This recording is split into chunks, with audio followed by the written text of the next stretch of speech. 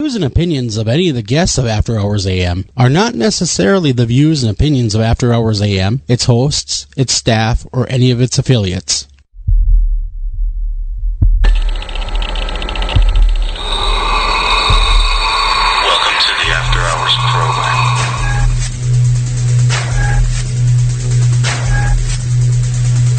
Are you ready? It's alive! It's alive! It's alive! Now broadcasting live from the After Hours AM studio, Joel Sturgis and Eric Olson. And good evening, everybody. Welcome to this edition of After Hours AM. I'm your host, Joel Sturgis, right along with me. Eric Olson and Heidi Hollis. Yeah, we're a little bit late, I know. Cool your jets, people. Cool your jets. We are a little late. Yes, thank you for letting us know. We had a server glitch right when we're hitting air because, quite honestly, we are the engineers, the producers. We do it all around here because we love you guys. That's how much we love you. But anyhow, that was the reason for the little bit of the glitch. Anywho, everybody, hopefully you guys all had a great Thanksgiving. I know, Heidi, we're talking a little bit about it. Where'd you go for Thanksgiving? What'd you do? I went to the Wisconsin Dells and met up with my family because half of them are in Milwaukee, half are in Madison, Wisconsin, and the Dells is kind of a nice middle ground, and rented a timeshare, and I just want to say, Wreck-It Ralph, the movie That ruined the internet. Yep. Princess Penelope had a glitch, so we had our glitch in honor of Princess Penelope. So There you go. Just a little bit of a glitch. Just a wee little bit of a glitch. And tonight we are talking with Alan Roberts, by the way. I just wanted to throw that out there. And we had him on because he did the Beauty of Horror book. And now he's back at us with, a Beauty of Horror, the Christmas Clay Massacre. well, that's in conjunction with it. It's the coloring book that we'll be discussing. I know, but the Christmas Clay Massacre is cool too. I just want to say that. It's up on the site. We have it up on the site. It is. It's all very cool. But this is another coloring book that you guys all went nuts for. Last time we had him on, people really, really loved the coloring book because it's something different. You know what I mean? It's for adults, really, or anyone that loves horror, something you could actually color and have fun with. And we'll be having him back on, and he's going to tell us all about how he decided to go with the Christmas theme this go around, which I think is cool. And his band, Life of Agony, all you metalheads or thrashy hardcore heads know Life of Agony. They just got off of a tour of Europe. Wow, I used to love, I still do. I used to love that band, though. Life of Agony, good stuff. Good stuff. It was right up there. He is not only the bassist, but he is their principal songwriter. Yeah. Nice. Yeah, he's a very talented guy, so look out. Top of next hour. Be a lot of fun talking with him, catching up with what he's up to. Heidi, got any strangeness that you would like to talk about tonight? Any high strangeness? Well, I won't talk about my family here, but What? Hey, Heidi. What happens in the Dells stays in the Dells. Exactly. Oh my goodness. I have to tell you, I had my little nieces and nephews around me, and I draw cartoons as well, and I always draw cartoons for them to color. So I swear to God, I sit there and I'm like, okay, here you draw this one, you draw that one. Like, cool. So it's just funny. Maybe I should put one out, put a coloring book out. You should. You really should. Very popular. The adult coloring books, they're very therapeutic. So I know, like at the assisted living place where my mother is, there a lot of the oldsters sit there and color, and they'll put hours into it. Oh, yeah. It's very therapeutic. They love it. And then on the other end of the spectrum, you see young adults sitting around being all hip and hipstery and drinking their lattes and coloring in books. And if you're a horror fan, boy, I'm telling you, Alan Roberts stuff's amazing. So you'd be somewhere, you're kind of spooky and that kind of stuff, but you're probably not really horrific. So yeah, I think you could do really well. Well, you're talking to an occupational therapist who, like, we've been doing coloring books for adults for years. And then when like the general population caught on, we're like, what? Well, of course we knew that was therapeutic. I mean, my goodness. Yeah. It is. It really is. I wish my poor mother, when she had her stroke, she's left-handed. It's her left side that's mostly paralyzed, so she has to use her right hand. Yeah, it's really frustrating for her. Believe it or not, that seems to be rather common with my patients. It's like whatever side they are, right-handed, left-handed, that seems to be the side that's affected. Yes, it's perverse. It's horrible, though. It's not fair. It's perverse. No, Yeah. it's tough. It's tough. And she worked so hard. This is 3+ years ago now that she had the stroke. And she worked so hard, and she came back so far. And now she's had some kind of setback. Her poor little brain has been damaged again. So now she's kind of back to, she's almost starting over. Not quite. Almost starting over again with that left side. It is tough, but she is very focused, and she's determined, and she wants to do it. What else do I have to do? She says, right? Yeah. Well, sure. Well, prayers, positive vibes to your mama. That's hard. Oh, thank Yeah. That's You had a not good easy. Thanksgiving, you guys? You both did? Heck yeah, I did. Oh, yeah. Ate turkey till I popped. Had all sorts of goodies. Watched a little football. Had my mom over, which is always awesome to hang out with her and stuff like that. So yeah, it was a wonderful day. I thoroughly enjoyed it. Nice. We Eric, went you did down to we went down to my oldest daughter's down in Akron, not too far from here, about half hour. Ooh. And her family was there. She has 2 little teeny ones, 1 year and a half, 1 6 weeks. And so we had all kinds of fun with them, and her husband's family was there, so that was fun. We brought Mom along. She always has fun. And my daughter, Lily, was back from college. That was exciting and super fun. And, of course, we had Alex, who's always around. And so there you go. Little shout-out for Alex. He's my youngest son. He is in a very high-end production starting tomorrow. It's a long name, but you'll know it. It's the Putnam County Spelling Bee, which is hilarious and actually pretty adult.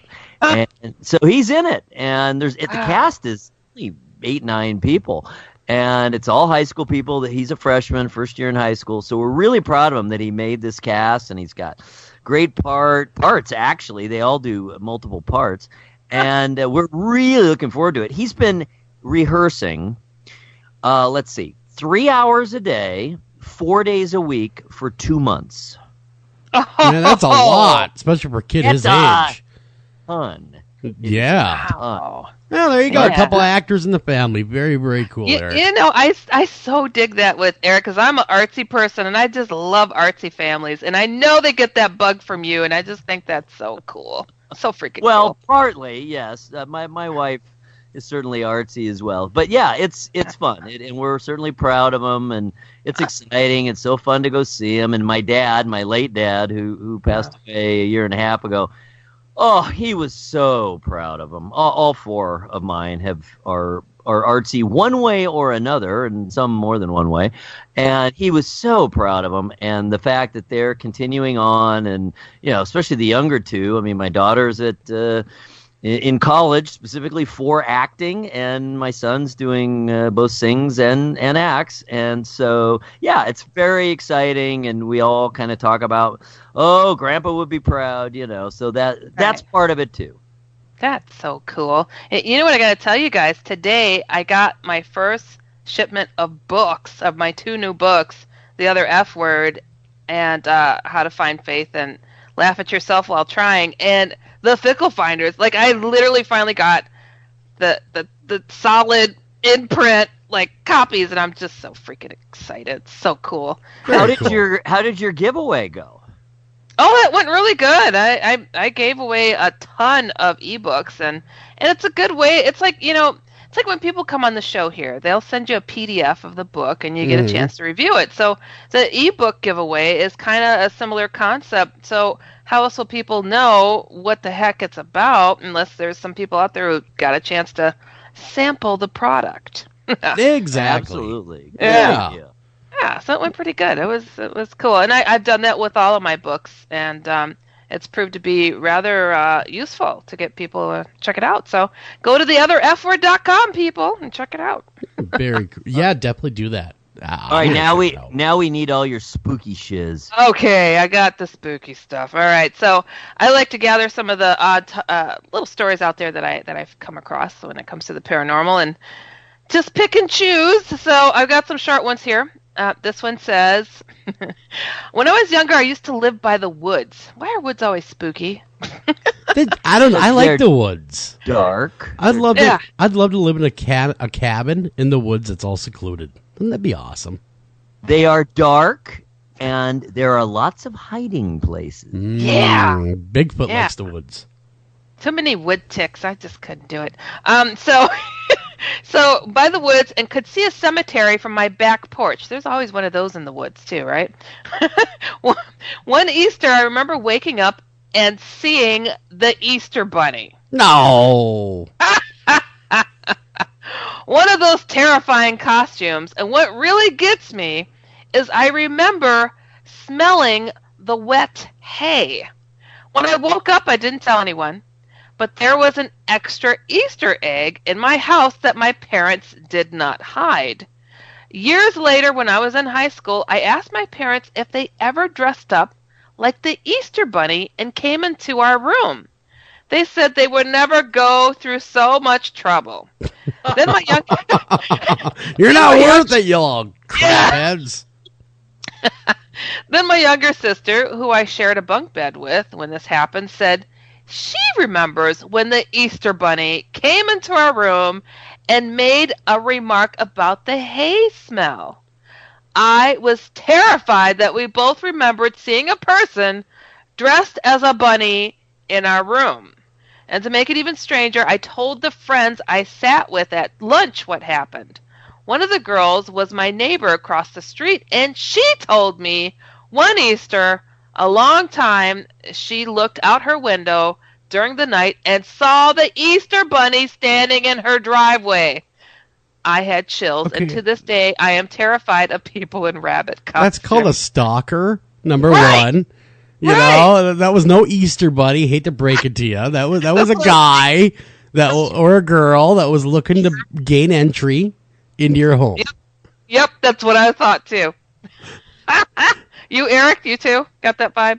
Oh yeah. I mean, who knows? But yes, I mean, what 99.999%? It's a person. You know, What's interesting? One of the newsletter. I get a daily newsletter. I get all kinds of stuff, but trying to get as much paranormal, horror, all of that, spooky stuff, everything related to that. Every day I get that input. So one of them, there's a lot of odd stories, kind of like this one, of people seeing all kinds of things that you just you couldn't even imagine. Like, for example, cartoon characters in real life. Just things that just seem impossible. The various, iconic holiday figures, the Santa Clauses. Space Jam. That's what that was. It's called an acid trip. Right. Is what it's called. Or what was that? Babs Bunny? What was that? The bunny detective. Oh, what was that? Rabbit. Yeah. What was that thing? Babs. Yeah. I was like, good Lord, really? That is funny. It's like to see something like that in real life. I would turn around and tell the Easter Bunny, man, I love some rabbit stew. Oh, Bugs Bunny's my favorite character, so I would love to see him in real life right there. No, okay. It sounds like it'd be cool, but could you imagine running into these things in real life? I mean, some full size. Yeah, a talking animal sitting there. What? No, I don't know where there'd be no fun to be had there. I'd be terrified. A huge 2-dimensional, yeah, colorful creature. Wow.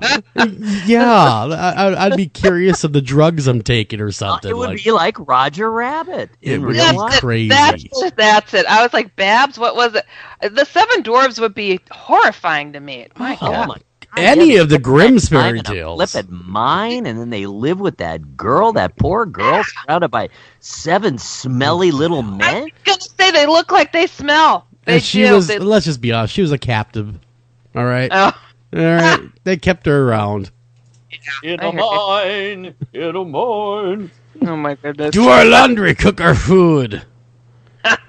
Okay, I got the next story. All right, here we All go. right. When my niece was really young, she was in a bouncer at my sister's house. I was house and babysitting. I had left her to go to the kitchen to grab some water. My sister's chocolate labs were probably sniffing and licking her head because I could hear her giggling like she was having a blast. I hadn't noticed how cold it had gotten. Then I heard it. A loud wooden snap. Oh. Like a thick piece of wood had been snapped in half suddenly, or a tree was knocked over. I ran into the room, and what I saw and smelled freaked me out. The dogs were huddled in the corner, whimpering. My niece was just staring at the ceiling corner with wide eyes, and it was a cold and smell like Stetson. I took her, and we decided, like, I guess Stetson cologne? Yeah. I took her, and we decided to go to a different room. When my sister finally came home, I told her what happened. She just rolled her eyes and said, "That's Hugh." I was confused. She said Hugh, that's the name. Hugh. Yeah, was the previous owner of the house who had died 10 years before his wife sold it. She said he likes to follow my niece around, and you could tell it is him because the dogs freak out. It gets cold and smells like cheap cologne. Yeah, I didn't think Stetson was high end. No, that's right up there, a brute. Yeah. Yeah. That I don't believe in that crap, but I do believe that feeling you get in your gut when something doesn't feel right. So that's the end of that one. That's pretty funny. So it's just Hugh. It's just Hugh. Relax. Just Hugh. He's wearing a hat. It's a Stetson. Yeah. He's wearing cheap cologne because he likes you. Isn't that nuts? That's just funny. Okay, here's another one. In college, I would go home every other weekend to work at the job I had since high school.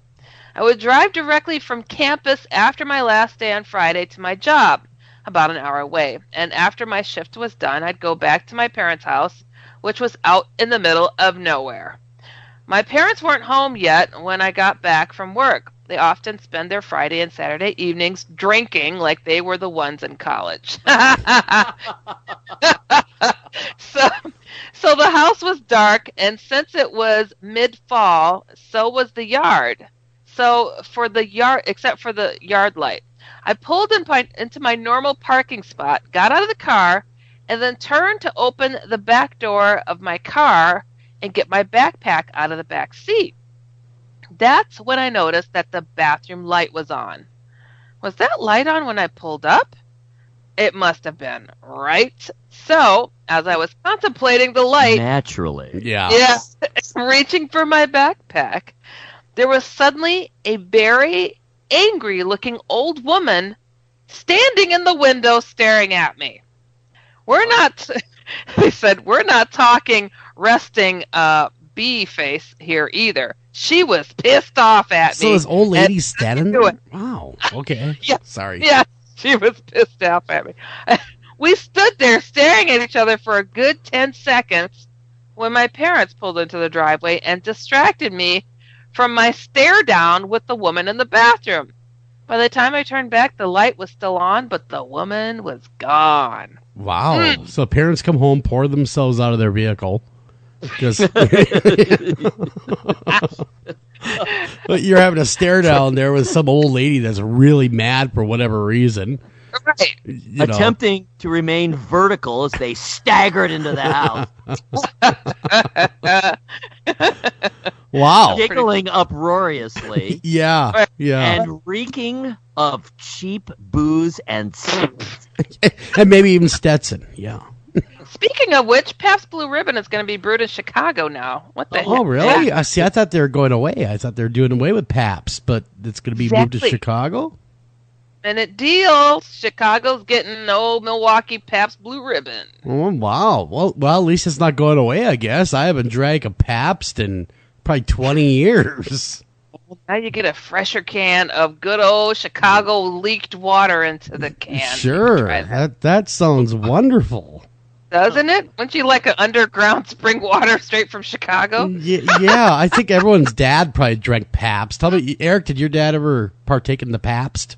My dad did not drink a lot of beer. My parents drank a little bit of wine, with dinner or for special occasions. They really weren't big drinkers, I must say. Not much beer, no. Yeah. I remember the Pabst as a kid. I never liked beer. I'm weird. I'm from Milwaukee. And That might have been the first beer I ever stole. Was a Pabst. You felt like you won a blue ribbon. I did because as 2 or 3 of my friends. Oh, there's a Pabst. So we you take it and it's like, oh, the crime of the century kind of feeling. Between 3 or 4 people, that's not a lot of beer. Yeah, I guess. And when you open it, it says Pabst. it does. It does. It speaks its name every time. And it smells cheap. Yeah, but it does. It's stinky. But okay, here's the next one. I used to volunteer at a nursing home where we would have several instances where new residents accurately described former residents down to the specific nightgowns or color of glasses who I and the staff knew had died in that room and complain about them coming into the room at night. Then once I was walking through the hallway, it was normally uncomfortably warm, inside, but I felt a chill and got goosebumps. One of the CNAs said I had just walked through a ghost. I couldn't get warm again for the rest of the day. There were flickering lights and TVs turning themselves on and off. Several of the staff were from the same Southeast Asian country, and they were talking about ghosts and disrespect for the dead so much that the management had someone come in to do a candlelight ceremony, and this lady with crystals and dreadlocks came in to do a sage brushing. Wow. And things calmed down after that. Lights stayed on better, and the residents seemed calmer. So Miss Cleo shows up and says, "Don't you worry, child." No, you didn't say Miss Cleo. Oh, my God. She's not even Jamaican. Isn't that funny? No, she's not. But she does show up and go, "Don't you worry, child. I'll take care of this." Isn't that something? When I learned she was just an actress, I'm like, wow, that's funny. Yeah. She made a lot of money. Then she was working as a used car salesman in the shtick of Miss Cleo. Oh, my God. That's too much. Yeah, like in Dallas or something, because we actually had her on the air one time. We called the car dealership, got her on, and we had Miss Cleo trying to sell us an old Volvo.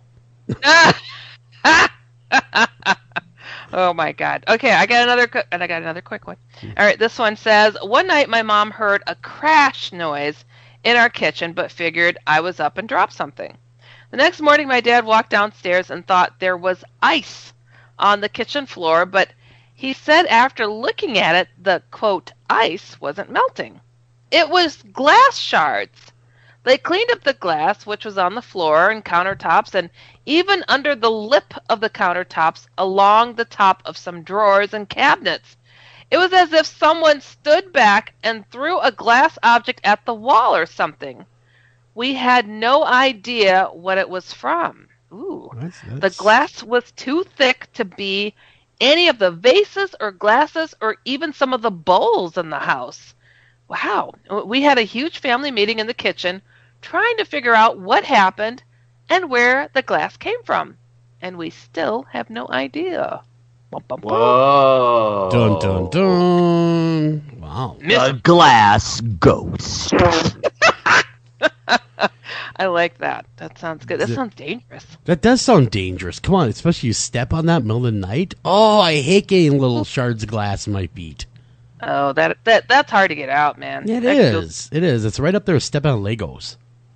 Oh, yeah, those suck. They hurt. Do you know how long it takes to poop out a Lego if you inadvertently eat it? No. How long, Eric? Did you see that, Heidi? It takes 1.8 days. How do you know? There was a study. And you were the only one doing the study. And he was a volunteer. The findings were published recently. It takes almost 2 days to poop out a Lego. Poop out, a brick. If you should so happen to chow down on one. Does that mean you're pooping bricks? Inadvertently. Yes, exactly. Oh, he was pooping bricks. Oh, wow. So startled he was pooping bricks. How would you like to be the people doing that study and the ones partaking in the study? Yeah. That would be an odd thing. Picking through the study. Yeah. I mean, how would you like to have that be that person? Oh, that's Clarissa's potty watch. They're doing that all the time in prison. Well, that is true. Potty watch is a big deal. Who's on potty watch? Feeding the prisoners Legos again. That's how long it takes to come out. Oh boy! Wow, that's nuts. That came off the Death Star. Whoa! Holy cannoli Lego. Well, we got to run to break, everyone, on that note. We come back. We have more coming at you. Don't go anywhere. We'll be right back right after this.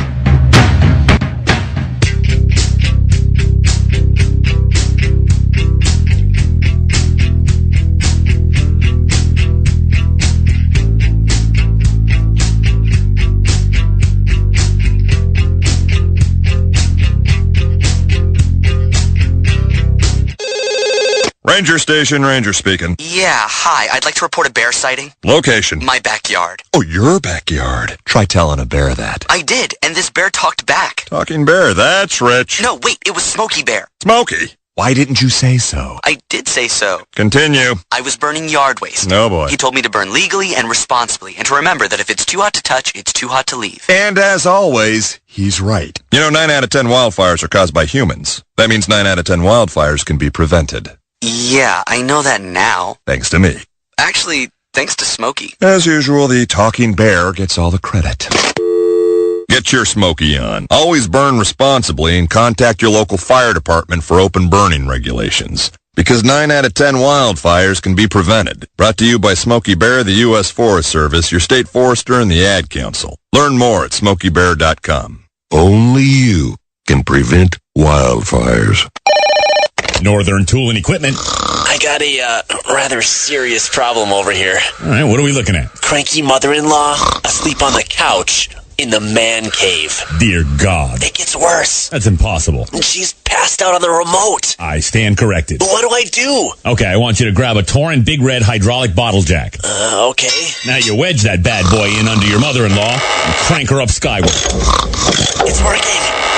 And got the remote. Great. Now grab that Torin Big Red 2-ton folding shop crane and put that woman on wheels. And away we go.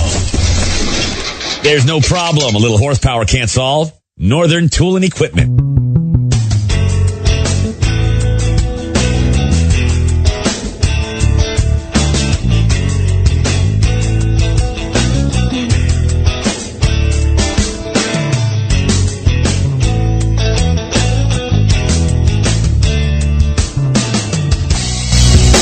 And welcome back to After Hours AM, everybody. I'm your host, Joel Sturgis, right along with me, Eric Olson and Heidi Hollis. And tonight, now, top of the hour, you're not going to want to miss this. We have Alan Roberts come on the show. He is the bassist and the songwriter for My Life of Agony, which is a great metal band, by the way. But also, he's doing these awesome adult coloring books, and that's what we're going to be talking about with him tonight. And this newest one is of course, about the Christmas season, because if fans of the show already heard us talk to him about the beauty of horror, now he takes on Christmas. You're going to want to hang around at the top of the next hour. And go ahead, fire up the yay old Twitter, and I want you to search out AM Haunted. I'm a little off my game, by the way, guys, in case you haven't noticed. I have a sinus deal going on, so you will excuse me. I'm not as normally upbeat as I should be. Okay, that being said, fire up your Twitter and search out AM Haunted, and that's the America's Most Haunted After Hours AM Twitter feed. You could check that out even if you're not a member, but make sure you also stop by America's-Most-Haunted.com, your one-stop shop for all things cool and amazing. Mo. Drag out those syllables. I like. Well, I'm gonna send you a neti pot for Christmas. I know. I had to make it up, right? I had to make up the enthusiasm with holding my syllables. Drag those things out. All right. So this year, since there's only a couple more Thursdays in December, and we don't have them booked. So we will not be covering Krampus as we have, I don't know, kind of every other year for a while now, right? We've been just absolutely diving deep into Krampus. So since we're not going to be doing that, I have been making up for it by showing the width and breadth. Every year there are more and more variations on the Krampus theme. Because remember, in Germany and Austria, and where they're actually acting out these Krampus plays and festivities, I mean, they're wearing these costumes. These costumes cost thousands of dollars, and the people who make them are really revered. So look how bloody this one is. The other reason to go to twitter.com/amhaunted, my friends, is you can see the pictures and follow the links. And a lot of this is very visual. So look at this version of Krampus. First of all, he's very light. He's white, basically, other than some red. And then he's kind of like this weird, creepy combination of goat and sheep. Look at that thing. Wow. Man, that's a scary dude right there. The albino Krampus.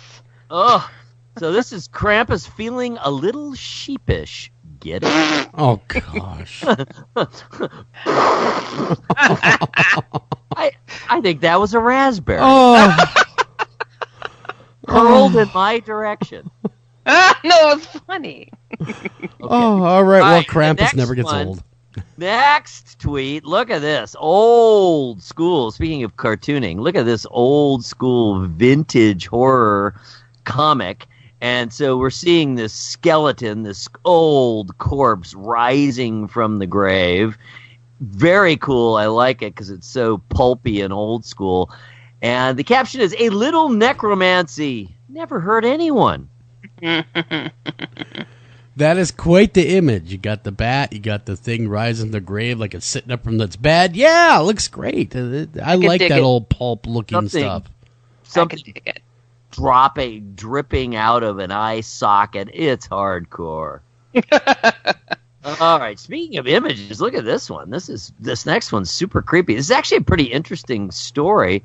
There's a town in Colombia, and they have declared martial law, or no, I'm sorry, just a curfew for teenagers because evil spirits are plaguing the teens of the town. What, Eric? What do you mean it's plaguing? Right. And what's going on here? We got to dive into this a little bit.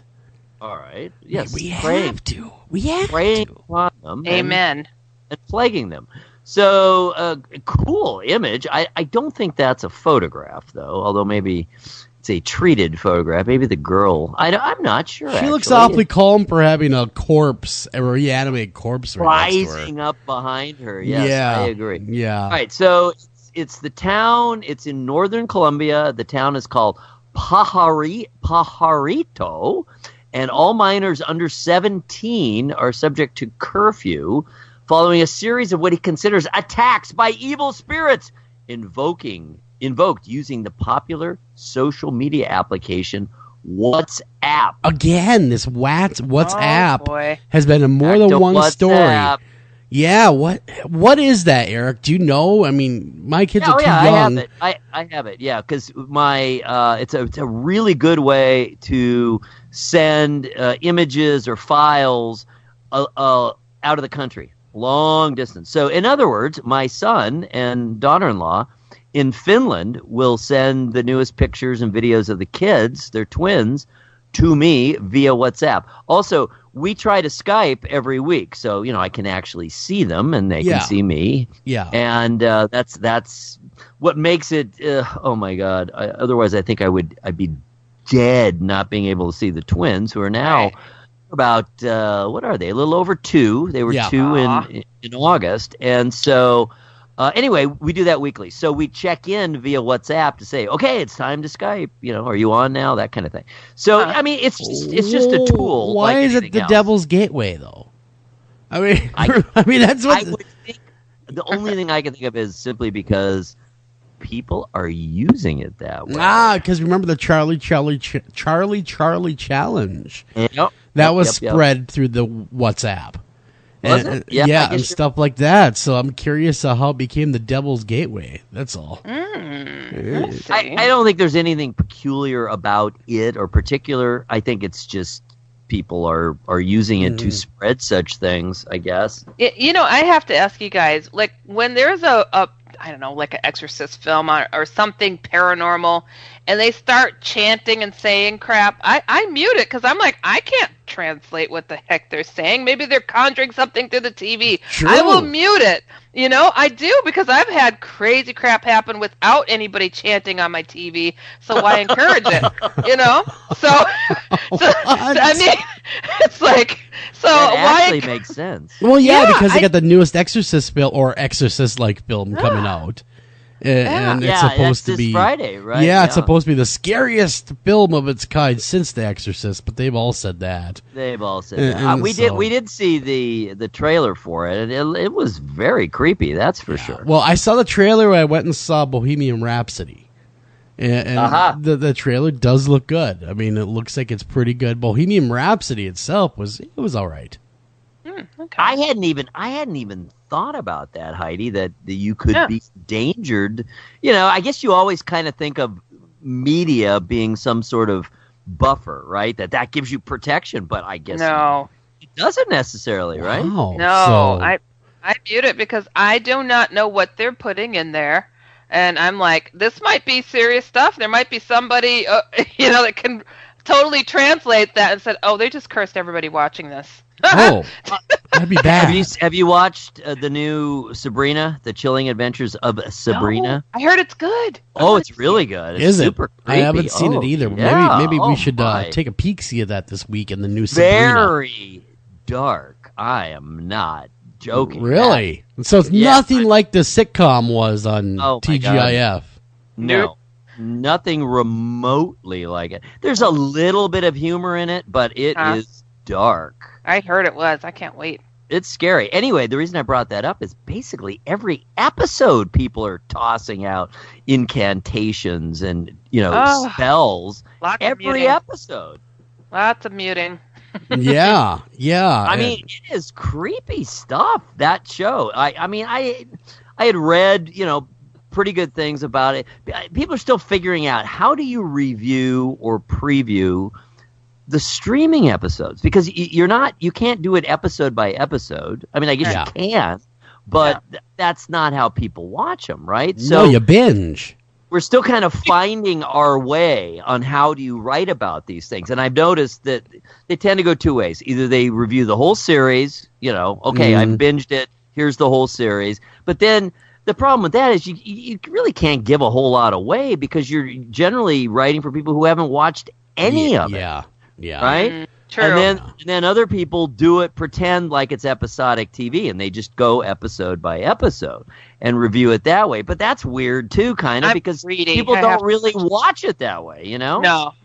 We watch until we get like blood clots in our legs, and then we get up and think maybe I should flex my feet or something, get the swelling out. You say, good thing I'm an occupational therapist. Yeah, because you're right though. Like we binge watched. Yeah, we binge watched the entire Hill House, for instance. There you go. And you don't want to get up. Yeah, you don't want to get up or anything. And it's, I love watching that way because I'm not a week-to-week kind of guy. I mean, I hate waiting for The Walking Dead, for instance. Oh, amen. It killed Jesus, by the way. If it was an airplane flight, we would all have blood clots because we would just never get... The way we generally do it, and the kids do the binging like everyone else, but usually we just, Dawn and I just don't have that much time, know, so it's like an hour or two at night. So we do kind of a combination, we'll squeeze in as many episodes, 2, 3, 4 in a row if we can, and then squeeze in one here, one there, one here, one there, and then finish it up. I don't think we've ever literally sat down and watched a whole series, unless it was a short series. Yeah, You know, I gotta ask you guys this. Have you ever thought, maybe I'm just twisted, but have you ever thought, like, God, I love this show so much, I would hate if I, like, croaked before next week, before the next episode. And then I wonder, can I see from the other side what happens next? Can I manipulate the television? And, this damn remote.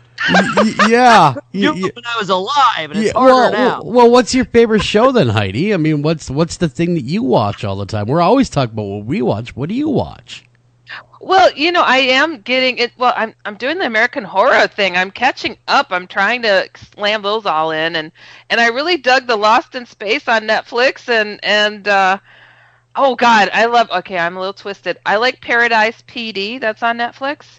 That is just a twisted cartoon that just kills me. And I love Family Guy. I watch a lot of just like eclectic, wacky stuff. I love it. Yeah, it's fun. Yeah, it's fun. I mean, there's just so much. There's no time. There is no time. Oh, it's endless. Well, I mean, it is almost literally endless now. It is. It's almost too much. I think. Well, it is too much for one person. That's what they're saying. There is no way anymore. No matter how ambitious you are, if you are committed to doing nothing but watching television, that is your job, right?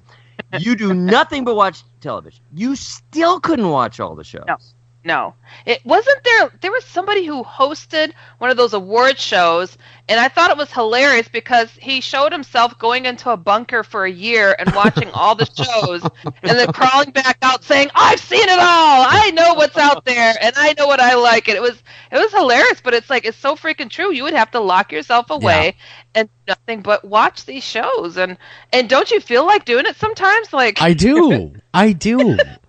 I often. It is fun. You know. I mean, I've always liked TV. I had really actually a couple decades. When I was.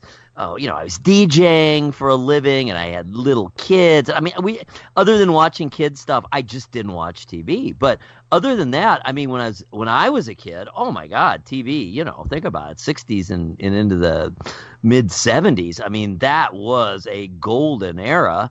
Of a kind, anyway. And I mean, I watch TV all the time.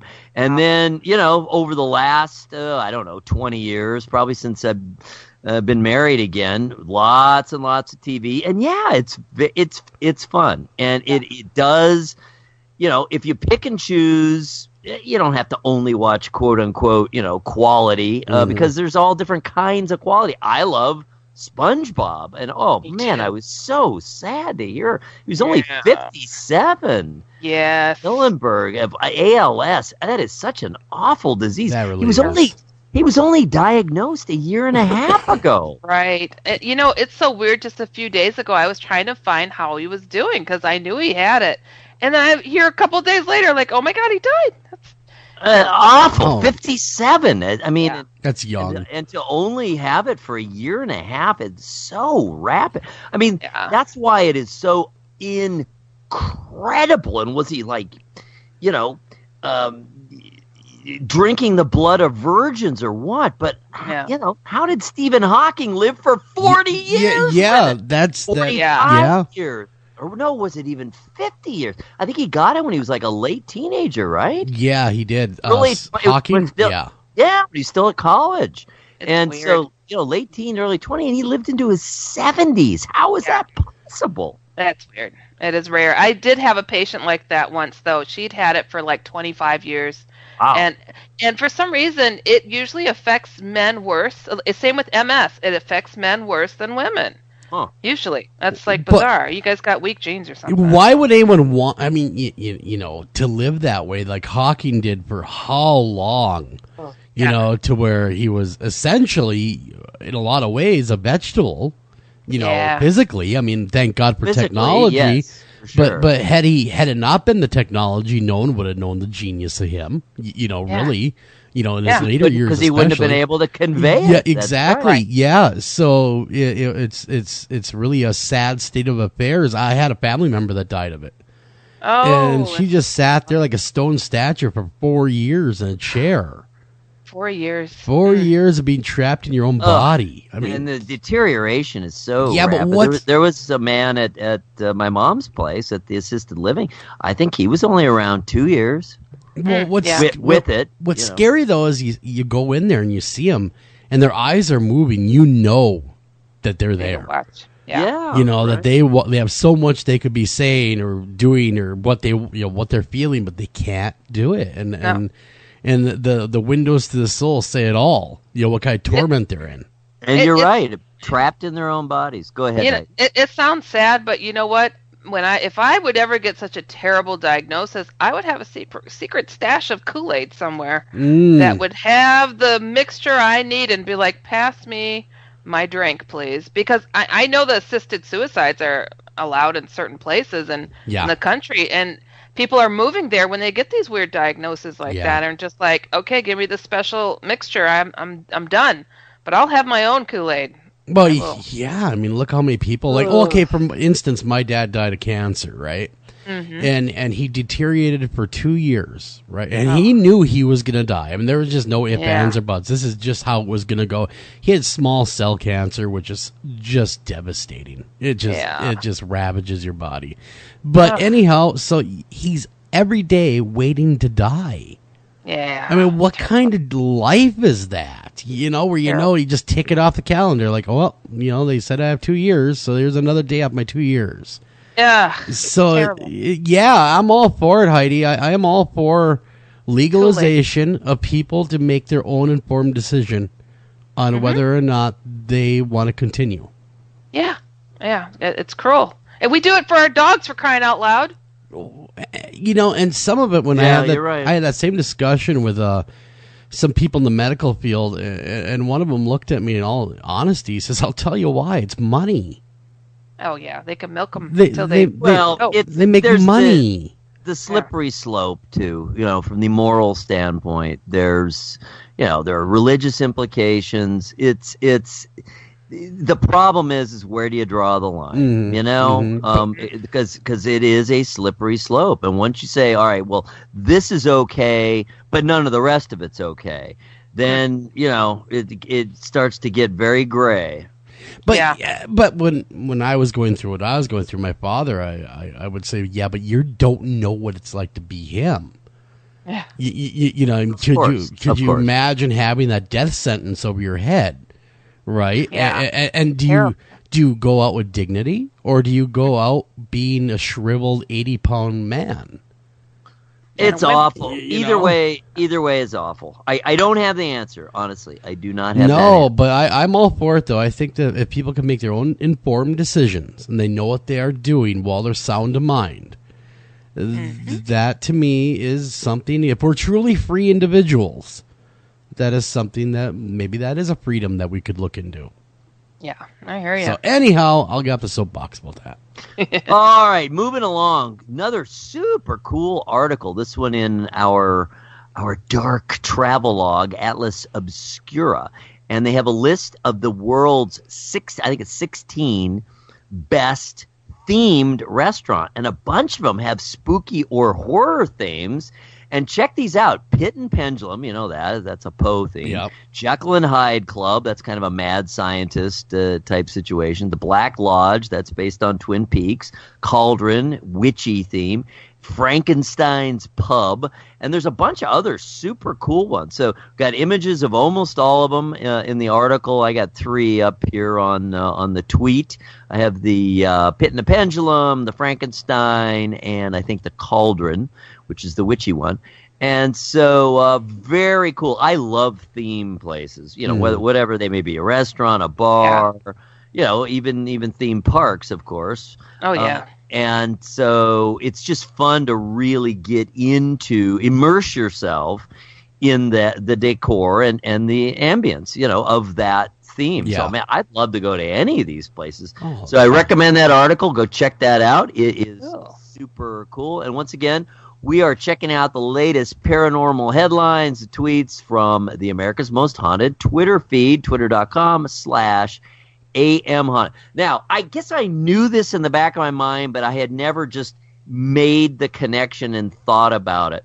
Okay, do you realize the same filmmaker, and he also did Porky's. How bizarre is that? Bob Clark, he made both the classic Yuletide slasher, Black Christmas, and A Christmas Story. Wow. I did not know that. He directed both those movies. Wow. Isn't that crazy? What a polar opposite from each other. You could not get much more polar opposite. That is for sure. Maybe some of the humor, a little bit of the dark humor, because Christmas Story, one of the reasons it's so popular is there's a lot of really pretty edgy humor in it, It is not just namby-pamby, jolly, goofy, childish nonsense. It is more like real childhood, which has a lot of dark elements to it. Wow. Right. Man. You're right, though. A Christmas Story is a little dark. You have gun violence involved. You have Very true. You have assaults. Dry out. There's assaults going on. There's its tongue is stuck on a pole. Yeah, exactly. Yeah. You have home invasions going on with the dogs. So yes, there's a lot of darkness going on in that film. You got a 10-year-old swearing the F word. Yes. Yeah, he did not say fudge. He did not. So anyway, and then the same guy made the Porky's movies. I don't know, man. That is you want to talk about eclectic. That guy is eclectic. That's Bob Clark.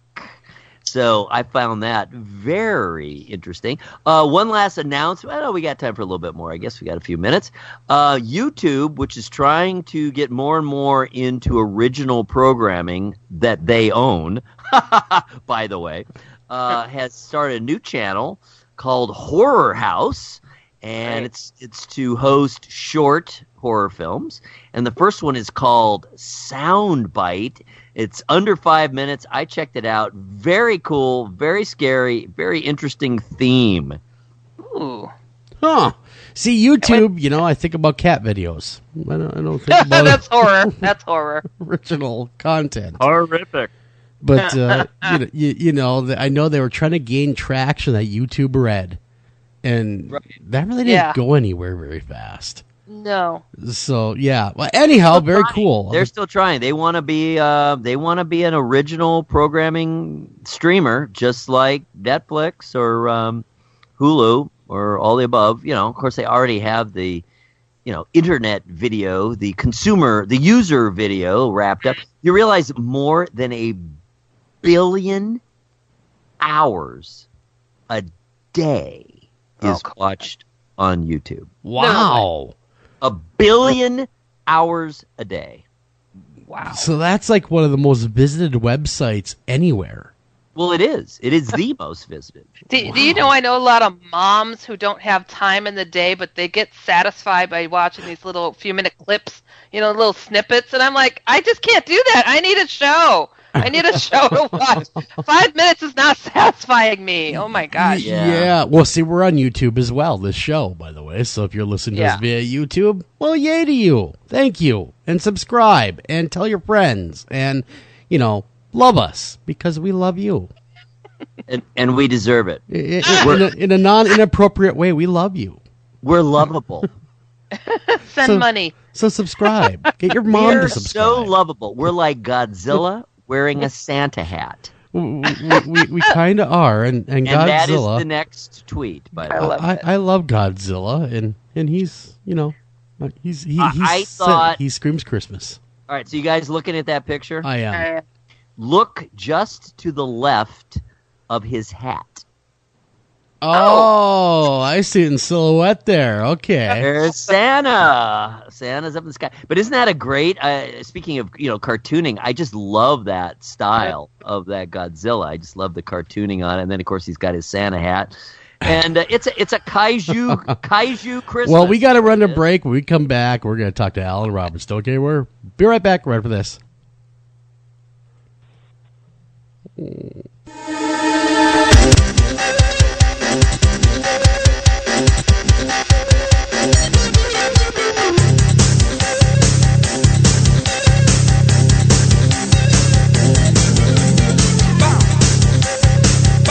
Hi, Tom Bodette. If you can hear me, then you have an internet connection, which means you can do cool things online, like listen to streaming radio, obviously, or watch a video of a monkey washing a cat. Let your freak flag fly. Or you can book a room at a great price at Motel6.com. Isn't the internet wonderful? Everything you want right at your fingertips, and whoa, did not need to see that. I'm Tom Bodette for Motel 6, and we'll leave the light on for you. Unexpected reactions to smart financial decisions brought to you by feedthepig.org. Well, I finally did it. My student loan is totally paid off. I can't believe it. I can't believe it either. I paid more than the minimum each month, and soon enough, it was gone. So you're just giving up? Giving up on what? The life of luxury. Egyptian cotton, caviar Thursdays, designer everything. What are you talking about? Our plan. What happened to winning the lottery and mastering the art of the perfect mimosa? Hosting galas, wearing enough jewelry to require a bodyguard, vacationing in the French Riviera, and then buying it. I just thought maybe it was time to prepare for my future. You know, set some financial goals, make some smart investments, open a 401k. Financial goals? Investments? A 401k? You are horrifying right now. Listen, if winning the lottery were easy, everyone would do it. When it comes to financial stability, don't get left behind. Get tools and tips for saving at feedthepig.org. This message brought to you by the American Institute of CPAs and the Ad Council. Northern Tool and Equipment. So me and the boys head out to tailgate today and find some other fans in our spot. Well, it happens. Cheering for the wrong team. Oh, this is war. Even worse, they've got this couch set up and everything. A couch? Yeah, it's sectional. All right, first thing, don't ever use the word sectional again. Done. Second, I want you to grab a 4,700-pound tow chain with J-hook and grab hammer. Throw that on the back of your truck. Got it. Now you're going to Hail Mary the J-hook over the end of that couch. Time to find a better spot for your new friends. That should do it. There's no problem a little horsepower can't solve. Northern Tool and Equipment. Taking a family of 5 to the amusement park can cost a small fortune. Oh, yeah. So to save some money, we thought, hey, let's bring the amusement park to us. Yeah. Go ahead. All right. Step right up, young man. Are you ready to ride the wacky waterfall? That's just the bathtub with the shower head running. Nope, it's the wacky waterfall. It's the shower, Dad. Waterfall. Wacky. There's an easier way to save. To get a free rate quote, go to geico.com. Then buy online, over the phone, or at your local Geico office. Green light. Hey, girl. School zone. I'm getting hungry. Car changing lanes. You want to meet me for pizza? Stop sign. Intersection clear. Yeah, street. Pizza sounds good. Ballin Street? Girlin Street! It's hard to concentrate on two things at once, like texting and driving. Stop the text, stop the wrecks. How will you stop texting and driving? Tell us at stoptextstopwrecks.org. Brought to you by the National Highway Traffic Safety Administration and the Ad Council.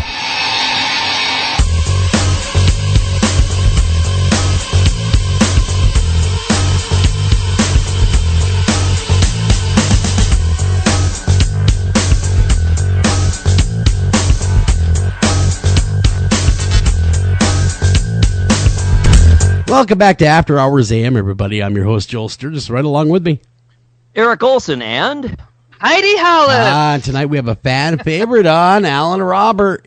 We loved him last time he was on. We're going to talk to him again, but I will step aside. I'll let the best intro man in the business take over. Oh my, you flatter me, you flatterer, you.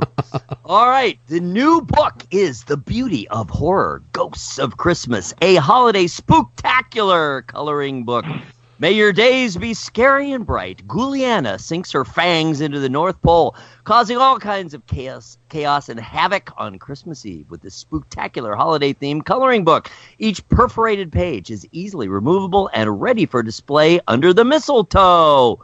The Ghosts of Christmas is intricately illustrated by best-selling artist Alan Robert and is overflowing with limb-filled stockings, zombified elves, burning gingerbread houses, and decaying reindeer. Even good old St. Nick is terrified to turn the pages.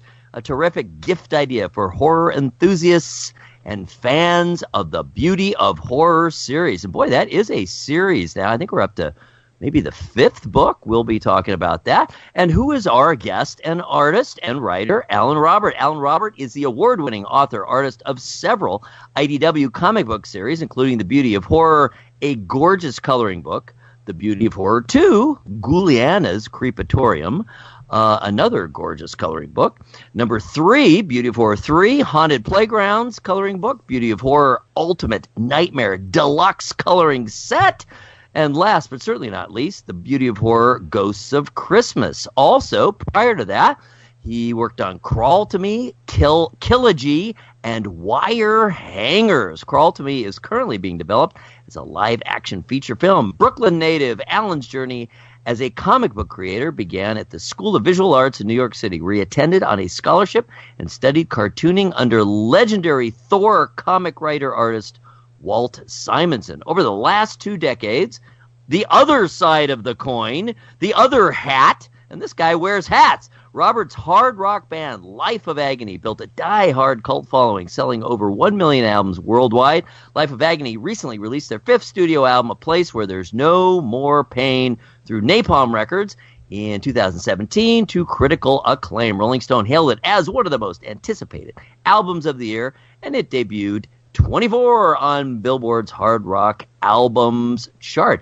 And in fact, Life of Agony just wrapped up a tour. We were just talking about that a little bit off air. Welcome to the program once again, Alan Robert. Wow, that is some intro. Once again. He's good. I'm just going to carry you around instead of, business cards or whatever. I'll just throw you on my back. I'm your troubadour. I'm your troubadour. Have him enter. Yeah, have him enter rooms. For an intro like that. Yeah, you can have him enter rooms and before you show up, and then go hear ye, hear ye. Right, and with the new book, we'll throw an elf outfit on you. There you go. There you go. That's a little elf outfit, and he's good to go. Al, last time we had you on, we talked, of course, about your other works, and that was, The Beauty of Horror, which is absolutely beautiful. What made you shift gears and go to Christmas, man? I mean, I'm digging it. I really am. But what hit you to go, wait a minute, I need to do a Christmas book now? Well, it's I would do all the holidays if I had time, but this was the first time that I released 2 books in the same year. So Haunted Playgrounds Part 3 came out in July, and I got right to work on the Christmas book. So it's been a busy run since the first book came out in 2016. And next year is going to be even busier with a lot of other different types of coloring products outside of the... we'll have some really cool announcements coming. How do you find time between your music career, which is very distinguished, and then this? I mean, how do you physically find that time, Alan? That is the hardest part, is finding the time and really finding the creative zone to get lost for hours and hours and just draw all these intricate details, because that's the, if it's not flowing that day, it's not going to happen. You can't force it. It's really an organic thing, and you really have to be in the right mindset to really... I get that, because a lot of people say, oh, well, to get good at something, you got to keep doing it every day. It's like, no, if you're really an artist, you're not feeling it, you're not feeling it. You don't do it. Yeah, and it's the same thing with music, too, and I think that's the cool part about being able to do both, is that, hey, if I'm sitting down to write a song and it's not happening, I could just go to the drawing board and start, getting creative in that. And it's really 2 different mindsets altogether. So it's a cool balance for me. Well, which one do you think's harder, the drawing or the music? What would you say is more mentally taxing on you? Well, I'll tell you that playing music's a lot more fun than sitting in your office drawing for 8 hours a day. If I could get the drawings to just print out of my mind without actually drawing them, that would be 3D printer brain. There you go. The next invention that needs to be made. Oh, that's a thought. I got a question for you, because I know that, you're so multifaceted. You do so many different things. And were you ever pressured? Because I get this all the time myself, because I do different stuff, and it's like, focus on one thing and just do it really good. But if you're good at many things, why not do it all? But did you ever have that pressure to stop spreading yourself thin and focus on one? Well, when I graduated School of Visual Arts, where I went to college, I graduated in '93, and it was the same year that the band got signed to our first record label. And I had to make a choice back then whether to pursue art as a career or see where the music would take me.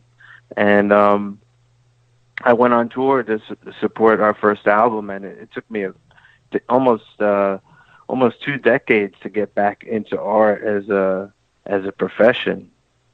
Darn, you were too successful. That's pretty cool. That's awesome. But I get it. That's wow. Yeah. So you had to make the choice. You're forced to. But once an artist, always an artist. You got to draw. Got to do it at some point. Yeah, but you know what? Like, I really don't think that I was ready to draw my own books straight out of college anyway. So I didn't have that confidence, and I think just learning more about finding your style over time, and developing it over time allowed me to really to focus, like you're saying, to really get in there and churn out the work, because it is a lot of work. You know. Yeah. That makes sense. Did you have to grow? Did you kind of have to grow into it? Yeah, I mean, it took a little while to kind of find your own vision. You know. Oh, totally. Time. You know, when I had written Wire Hangers, my first graphic novel, in college, and I was inspired to try and find a home for that straight out of college before the band took off, and 2 decades later, when I finally went back into the drawer and found all my stuff and said, I really want to put this out finally. I had hired a bunch of freelance artists from Marvel to work on it on the side, and like 6 months passed. I never got one sketch from anybody. And I got so frustrated with the whole process of waiting on people that I said, you know what, I'm just going to draw this thing myself. And I did, and I was all ready to self-publish it. And around the same time, I had gotten on Twitter and followed a bunch of my favorite artists and writers in the comic book world. And just by happenstance and luck, I started talking to the editor-in-chief of IDW Publishing, who happened to be a huge music fan. No, this was Chris Ryle back then. Oh, okay. And me and Chris hit it off. We were trading music for comics, and before you knew it, I had a deal over there. So you just never know what's going to happen. Very cool. Very cool. Man, so really, it's kind of grassroots. I mean, you took it upon yourself. Enough of this, you said, and you took it upon yourself. And that takes a lot, man. Had a total frustration. That takes a lot, though. That takes a lot of dedication and knowing what you want and be so driven that you didn't take no for an answer. You just kept doing it. Yeah, I think that's half of it. That's half of, even while the music, you just have to be in it for the right reasons and persevere. And I can't tell you how many bad reviews that the band's gotten over the years, but meanwhile, we go everywhere and sell shows out all the time, and have these diehard fans for decades now. So you just you got to everyone's got an opinion, and if you're passionate about something and that's what keeps you going, that's what you got to do. No, it's so true. I mean, look, people that hate you are way louder than people that love you.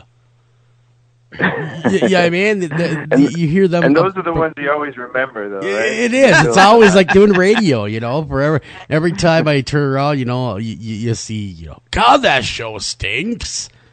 Meanwhile, there's so many other people that love you, but you always remember that one guy that says, "You suck. What are you doing?" Well, that's the human brain, right? That's the human brain always wanting to fix something. Yeah. I think ultimately you really do, as an artist, to think like an artist, and for your ultimate goal to be artistic expression, you really have to do it for yourself. Of course you want other people to like it. Of course you want to engage with other people through your art, through your creation. But ultimately, you got to please yourself, I think, is the final. That's what makes it worthwhile. I think that for me, that is almost all of it, because it's cool that people like it, but for me, especially with the Beauty of Horror, it was basically a tongue-in-cheek joke to, kind of take on the adult coloring industry and turn it upside down, and because it's so pretentious, and it's all these hipsters. Yeah, I'm working out my issues here while I'm coloring, and I'm having my latte, and I got my beard straightener on, and it's freaking flowers is the big common theme with a lot of them too, and it's like, come on, it's like fluffy, floofy stuff, no fun. But you know what? It's funny because I think a lot of folks that I hear from that color these pages beautifully, by the way. Mm-hmm. They originally, got all those books and got bored, and they were looking for something else to do because there's only so many flowers you could color in, and very even true. The tagline on the first book was "Art Therapy for the Abnormal," and I've been trying to stick with that the whole series. So I don't have an editor. So no one's telling me no. So I have, decapitated reindeer and and zombified elves, and we actually torture Elf on the Shelf. And it's out there. That's cool.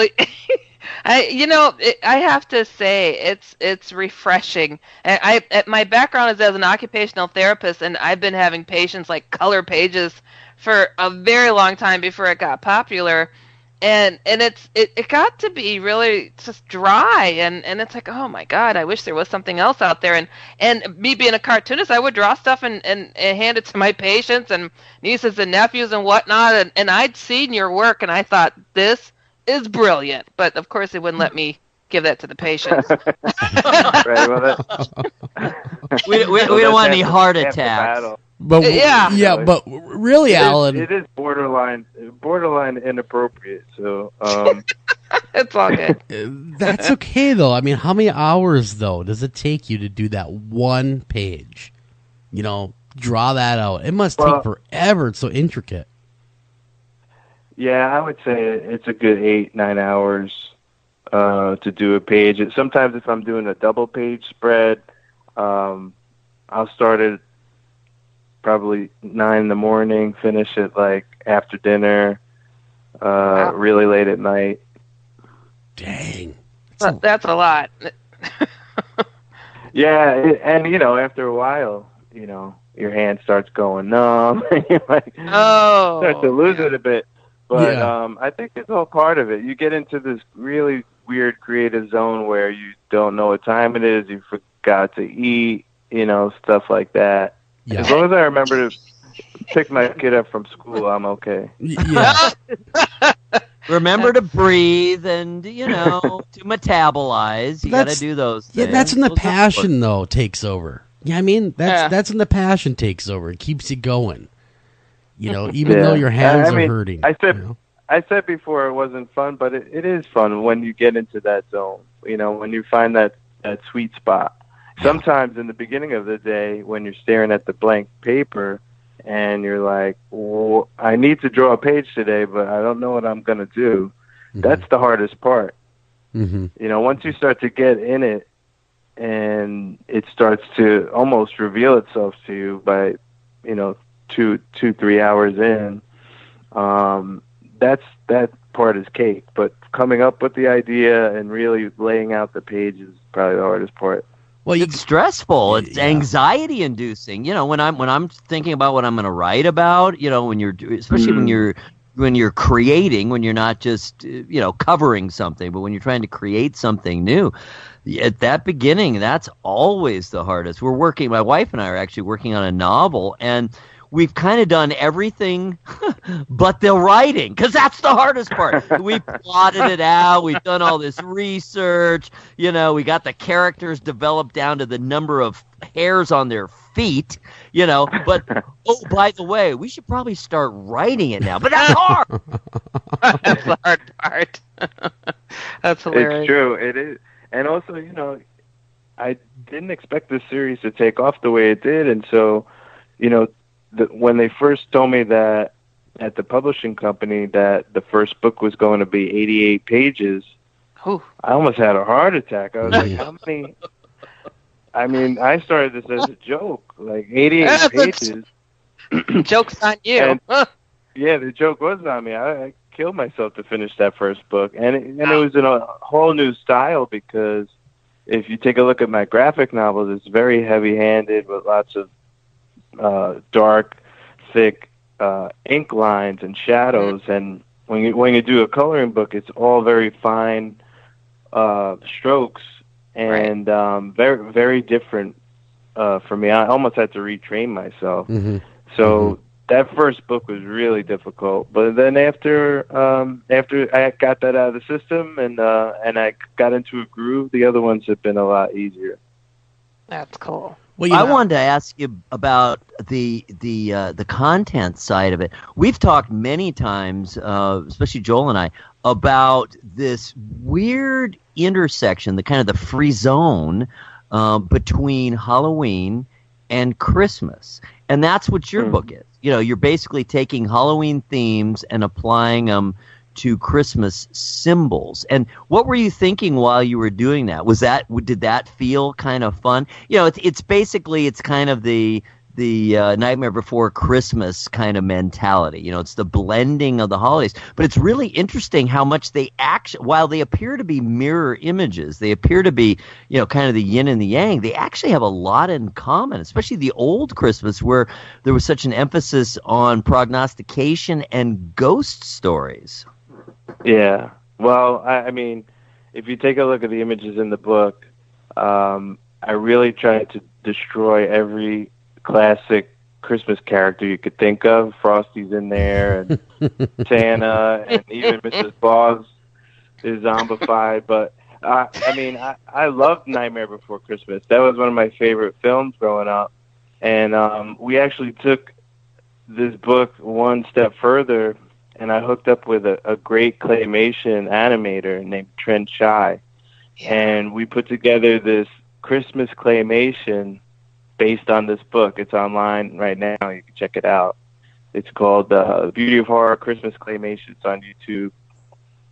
And it is stop motion, just like Nightmare Before Christmas, but it's all the characters in this book. Oh, love it. I'm looking That's at fabulous. that. That is super Me too. cool. I'm like, And I it's love claymation. It's totally, this is Nightmare Before Christmas, but the R-rated version. Right. Yeah. It is super cool. I was just thinking to myself, where would we be, though, really, if it wasn't for back in 2012 and you put out Killology? Yeah, I mean? If you have not checked out Killology, check that out. That was the first time I ever saw any of his work. Alan's work was Killology, and really? it is an absolute instant classic. I mean, it really. I mean, I've seen other stuff you put out there, but this was like, it was like fire breathing. I mean, it was great, and this is right up there with it and stuff like that, but just a different thing. But Killology, of course, was that daunting as well? Because people brought that up just doing the interview right here. Got to talk about Killology. So we are segueing into Killology. What was it like to It's actually pronounced Killogy. But is it you really? can say it however you want. See, yeah. Yeah, okay, Killogy. I always go ology. Oh, yeah, Killogy. Hello. Sorry about that. Misspelling. Thank you guys over here on Facebook. But anyhow, I have read that one. It's great stuff. Oh, that was a lot of fun. I mean, I got to work with some of my heroes on that. And for people that aren't familiar with with Kilogy. It was basically intended to be a mini-series, kind of like a Twilight Zone, where you would have these random celebrities star in these little short stories, kind of like Twilight Zone. And when I started to draw the characters, they kind of revealed themselves to me on who they kind of look like. So one of the stories needed an aging mobster, and all my sketches turned out to be looking like Frank Vincent from Goodfellas. And through a friend of mine, we actually approached him and asked him if he'd like to be in a comic book, and he loved the idea. And that got the ball rolling to invite Marky Ramone from the Ramones and Brea Grant from Heroes, and then Doyle from the Misfits. And all of a sudden, we had this cast inside a comic book, which I'm not sure has ever been done before. And the comic series was a hit. It was collected into a graphic novel, and then we partnered with a Canadian animation studio to bring it to life in 3D animation. There's a 6-minute teaser online, Kilogy Animated. But poor you. You have such a boring life. Can we move on? What the heck? I'm just like, I'm drooling at the mouth. I'm like, the first thing I ever wanted to do was just be a comic strip artist, and I'm like, and it's like, of course, you want to do cartoons and you want to have a graphic novel. It's like, this dude has done it all. I mean, oh my God, this is phenomenal. Your parents must be so proud. But meanwhile, this is like past my bedtime. You guys are like stacking it up on a Thursday night. Oh, I'm Lord. like here in my Star Wars pajamas. Oh my God. We were just talking about the Lego version of the Death Star. Now you're talking up my alley right there. Yeah, now that is something. Hey, we're getting fairly close to the bottom of the hour, so I don't want to get in anything too deep. But on the band side of things, we were talking during the break a little bit. Just why don't you tell us a little bit about the tour and how it went, where you were? It looked like it was great. I was following along on Facebook. It looked like you were having an amazing time. Huge crowds, enthusiastic. Looked like a ball. Yeah, it was awesome. We've been actually on and off the road since April with this Rise of the Underground tour, and it's been going great. We did the States and up and back to Europe a few times, and the most recent one, we were out in Europe headlining, and we played all over the place: Germany, Belgium, Holland, Hungary. It's kind of a big blur. But we had a great time. We brought out our friends Billy Bio. They have a new record coming out tomorrow, actually. It's their debut album, and it's an old friend of ours from the band Biohazard from Brooklyn, New York. And Billy from Biohazard is pretty much like family to us, and we grew up on Biohazard, and I don't even think there would be a Life of Agony if Biohazard didn't exist. And so we brought out his new band, which we felt was like such a perfect full circle experience. So we got to hang out with him every day, and we actually played a couple of songs with him every night, and it was just a big family experience, and it was awesome. Cool. Man, that sounds like a great time. How are you finding has the composition of your audience changed? In other words, are they aging as we all do, or are they being replenished with the youth of today? I think it's a nice mix, actually, these days. We along the many years we've been doing this, we started in 1989. So our first record actually turned 25 this year, and we've been doing this a long time. So we've had some fans grow up with us, and then also them start to bring their kids to the shows, and their kids have friends, and Nice. So like we have like multi-generational fans out there. It's pretty wild. Wow, that's cool. That is good to hear.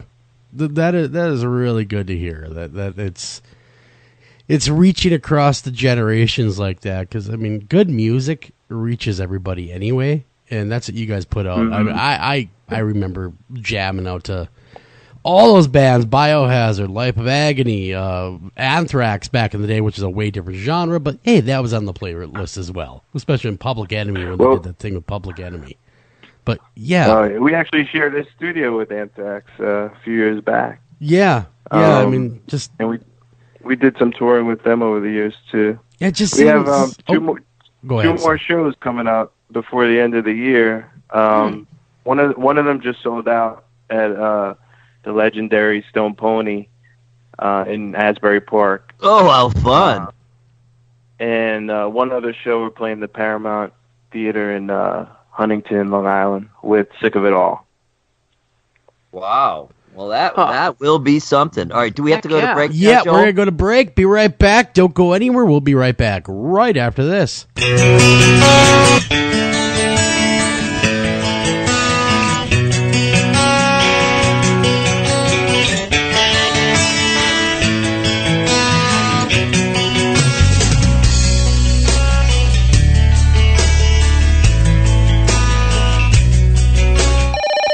Northern Tool and Equipment. So Daddy's little girl thinks she's going to prom tonight with some punk who calls himself Snake. Yeah, they grow up so fast. Well, not if I can help it, they don't. Okay, here's what you do. When that kid shows up, Dad's going to be doing a few chores around the house. Huh? It doesn't matter the chore. What's important is that it requires the use of a 60cc gas-powered chainsaw and possibly a mask. I think it's showtime. He's here. Dad, I want you to meet... All right, let her rip.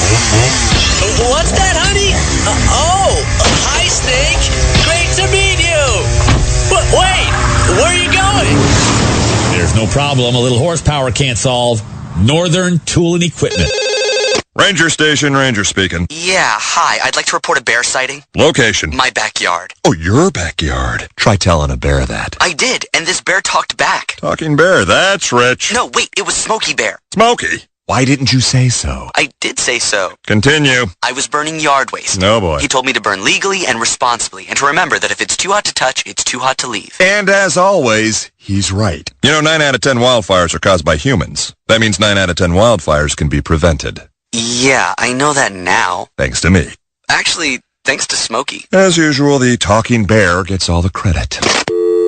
Get your Smokey on. Always burn responsibly and contact your local fire department for open burning regulations. Because 9 out of 10 wildfires can be prevented. Brought to you by Smokey Bear, the U.S. Forest Service, your state forester, and the Ad Council. Learn more at smokeybear.com. Only you can prevent wildfires.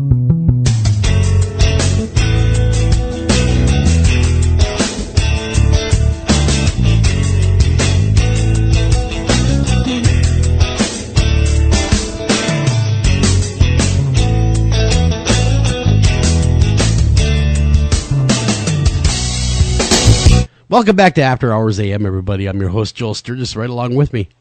Eric Olson and... Steve Hollis. Now, Alan, great book, but where can we get it? I mean, that's the number one question we hit with. Where can we buy this cool book? It's pretty much everywhere. It's on Amazon. It's at Walmart. It's at Target, Barnes & Noble. And lots of mom-and-pop comic shops actually carry it.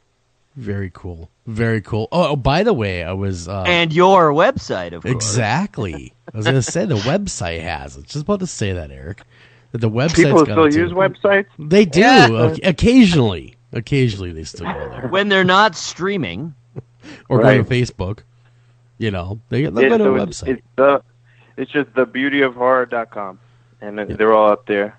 Yeah. Including the video for the claymation. You could see it there, too. Man, that is super cool. One thing I did notice that I was kind of pleased to see was vinyl. Speaking of music again, is making a comeback.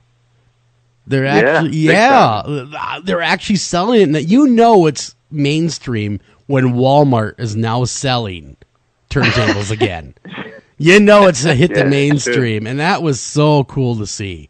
that is actually coming back. I saw an article about cassettes coming back, and I was like, this has got to be fake news. Because no one even liked cassettes when they were popular. Yeah.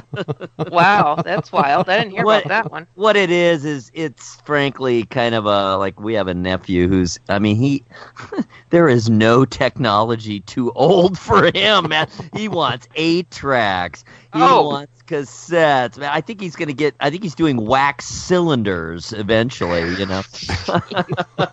Oh my God. So are you guys as a band though, are you participating in that? You know, are you actively participating in the vinyl revival?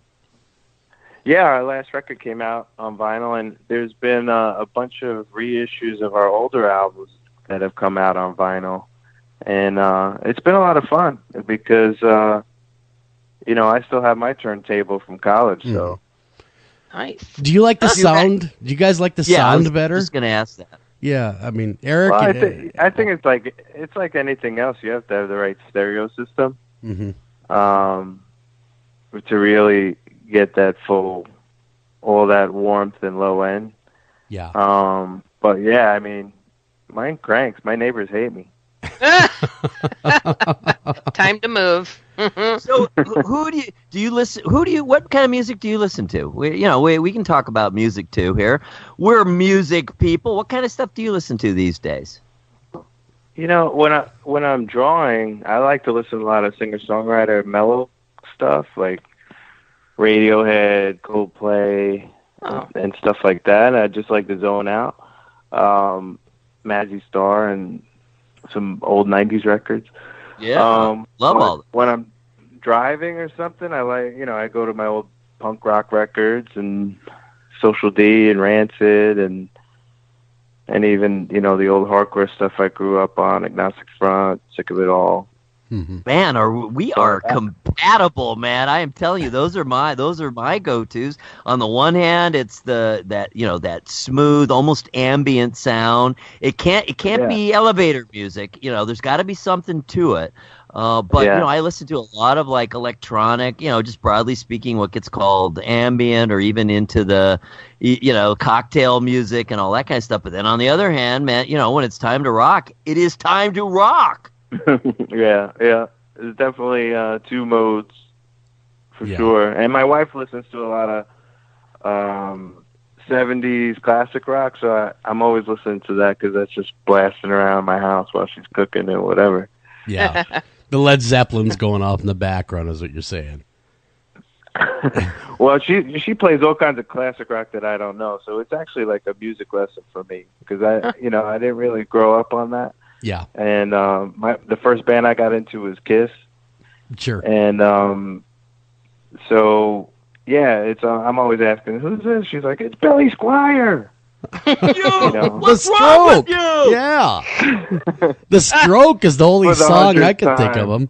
It's Billy Squier. There's a few others, but the Stroke was the big one.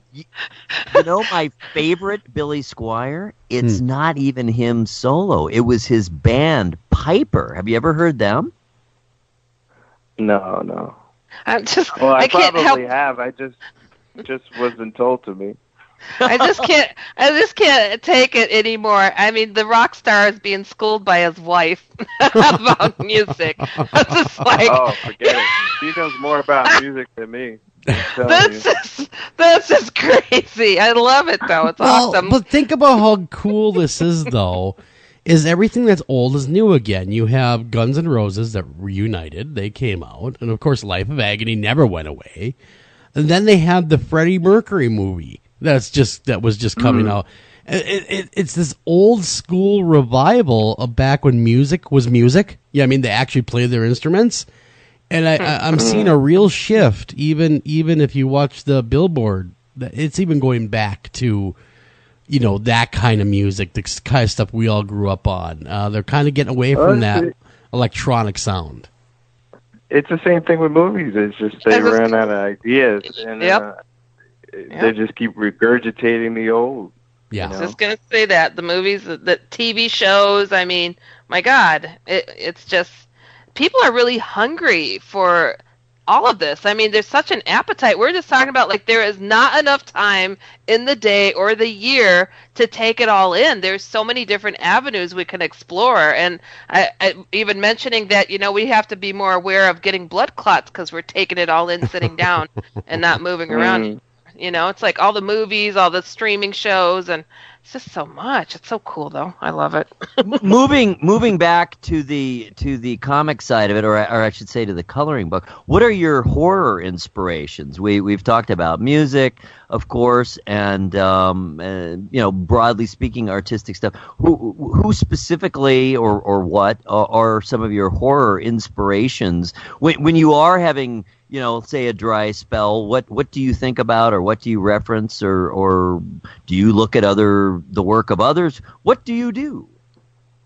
I feel like I've taken in so much horror in my lifetime, starting at a very young age, that I don't really reference it. It's all kind of burned into my brain. But I grew up on movies mostly, like The Shining and Amityville Horror, and all the Day of the Deads and Night of the Living Deads, and Freddy Krueger was my hero growing up.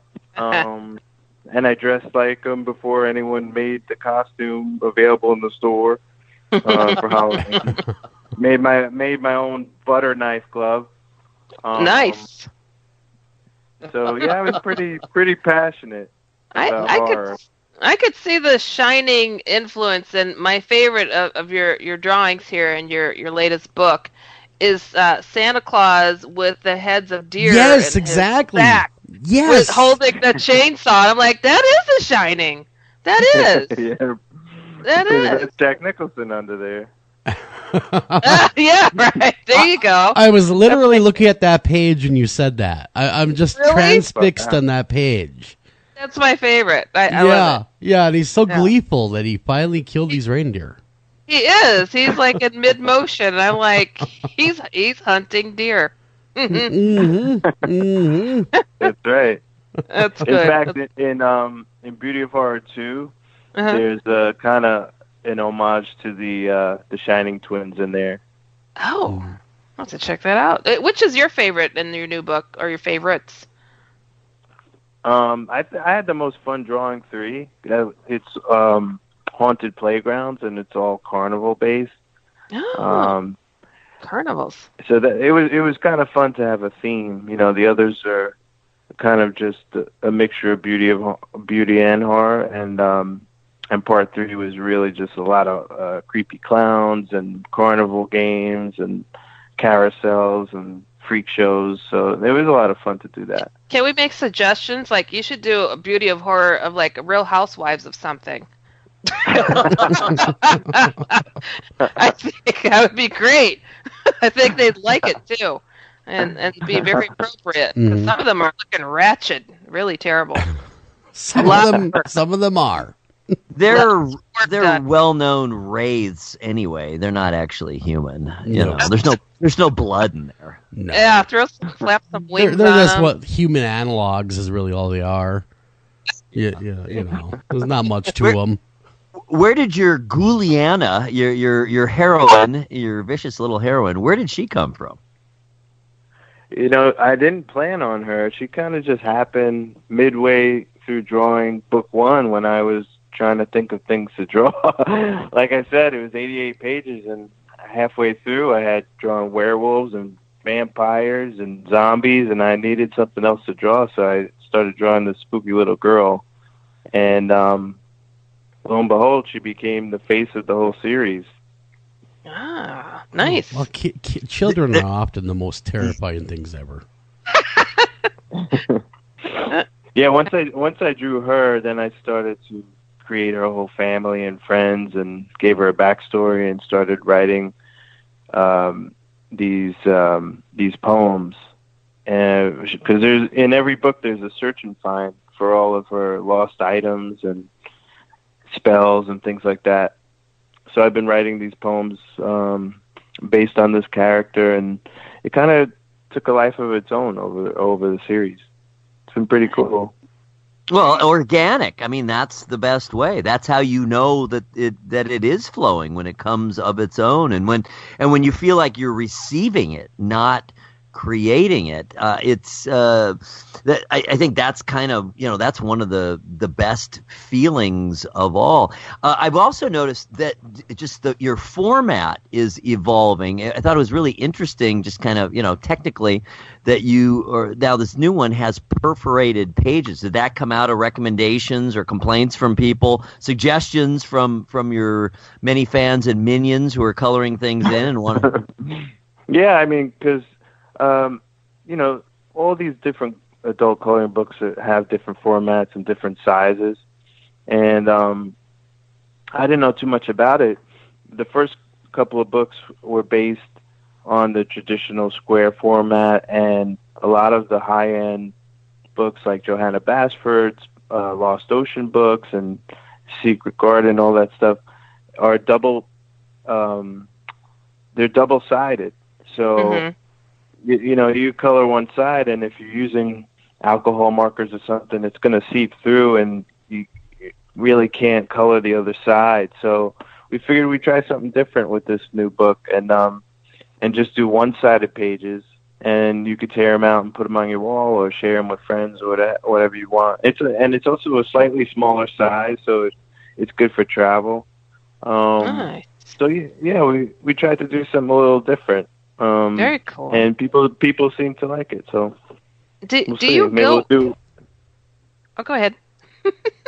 I was going to say maybe we'll do more of these like holiday special size ones.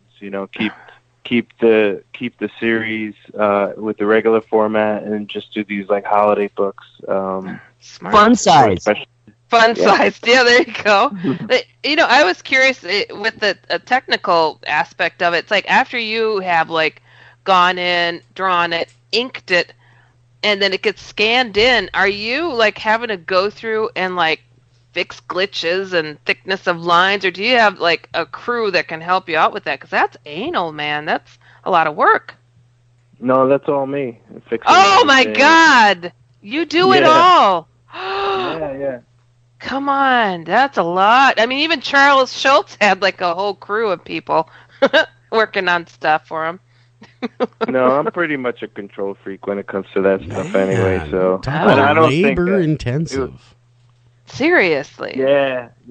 But that's amazing. It's like you do a lot of these things and you just get into a rhythm. Jeez, that's a lot. That's a big process. No wonder. I mean, it that could be draining, even though it's fun. It could be draining because it's like, oh my gosh, another big project. That's fun though. Yeah. It's hard to get into it. Once you're already in it, then you're obsessed. Yeah, but to just wrap your head around a whole nother book is that's a weird phase right there. When you're doing these, when you're planning these, and I was thinking in particular for the Christmas one, just because of the themes, obviously, and I know you're a parent. Is there such thing as for you of going too far? I mean, in other words, when you're planning these out and you're hatching your evil schemes, do you edit yourself? Is there such thing as that's too far. No, I wouldn't want my daughter to see that or anything like that. Or is it just she hasn't seen the claymation. I won't show her that. It's that gory. Ooh. While she's seen some of the pictures in the Christmas book, while I was working on, there's just certain pages that I won't show her. But I don't have anyone telling me no, like I said, and right. That's crazy. It is what it is, I like to make it kind of morbid.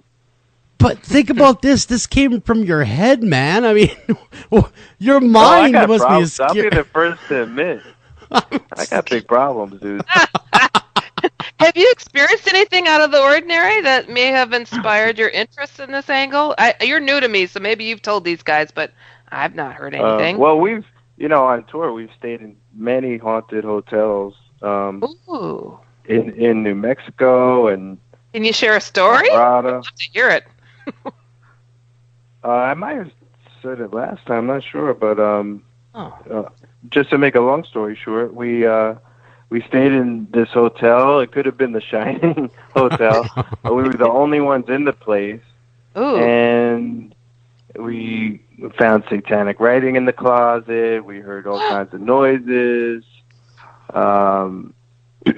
Yeah, it was definitely haunted. They set you up. Who puts the rock band in with the satanic writing in the closet? They knew it was there. Man. Yeah. They set you up. Definitely. That was cruel. And then, we also, when we were writing one of our records, we rented a house in Woodstock, New York, a really old house from the 60s that was hand-built, actually. And we lived there, we ate there, we wrote the record there. And we were having dinner one night, and my singer wasn't feeling well and was asleep. And it was just me and the producer sitting at the dinner table after we ate. And we saw my singer walk down the hall and into the kitchen. And we asked my singer, "Hey, you want something to eat?" No response. We kind of looked at each other. And a good 1 to 2 minutes passed, and we were like, maybe didn't hear us. So we both got up, walked into the kitchen. Singer wasn't there. And we looked at each other like, what the hell was that? And we walked down the hall. Singer's in bed. And we were Doppelganger. Wow. We both saw, Spooky. in real life. It was kind of weird, so we were kind of freaked out. That is creepy as all hell, Alan. Yeah. Come on. Yeah. Yeah, definitely haunted. Yeah. Or they were possessed and they walked through the wall. Man, God, you stayed in some pretty creepy places. Wow. All in the name of rock and roll. Not too many people have seen a, solid appearing doppelganger, Yeah, it was definitely bizarre. One of the more freaky experiences. What about earlier in life, childhood? Any sort of foundational experience? Did anything? I know you've had just took in the flood of horror films and just were absorbed into you. But did anything cause that to happen, or anything happening in real life at that same time? Well, the thing that really got me hooked was Amityville Horror was first coming on HBO in the 80s, and I begged my parents to see it, and they were like, "No, it's an R-rated film. You're too young." Blah blah blah. I finally talked their ear off, and they let me watch it. And so I sat down on the floor in their bedroom to watch it with them. And as soon as the introduction credits came on with the creepy music and all the haunting kids, like choir voices, like, "Ah," I was out of there. You were done. I can't handle this. You guys were right. I was wrong. I'm going to bed. And the worst thing about it was, in those old Brooklyn houses that we grew up in, the walls were so thin. I had to listen to the movie through the wall. Oh, no. And that was probably worse than watching. Oh, it probably was. And that was imagination takes over. Oh, yeah. Axes hitting the wall and all this stuff. And oh, my God. In my household, because we grew up in a haunted house, that horror films were therapeutic because it let us know at least people had an understanding what could happen in the world. Swear to God, it was like a movie wasn't a movie unless it was a horror flick, because we'd been through so much crap, and we just needed to see that even if it was a fake film, people understood the possibilities. Well, the crazy full circle thing about Amityville Horror is that my wife's cousin was a lawyer that represented the murderer in the real story. Really? Represented Ronnie DeFeo. Wow. Yeah. Man. That's freaky. I think it was actually him who came up with the haunted house story as a defense. Huh?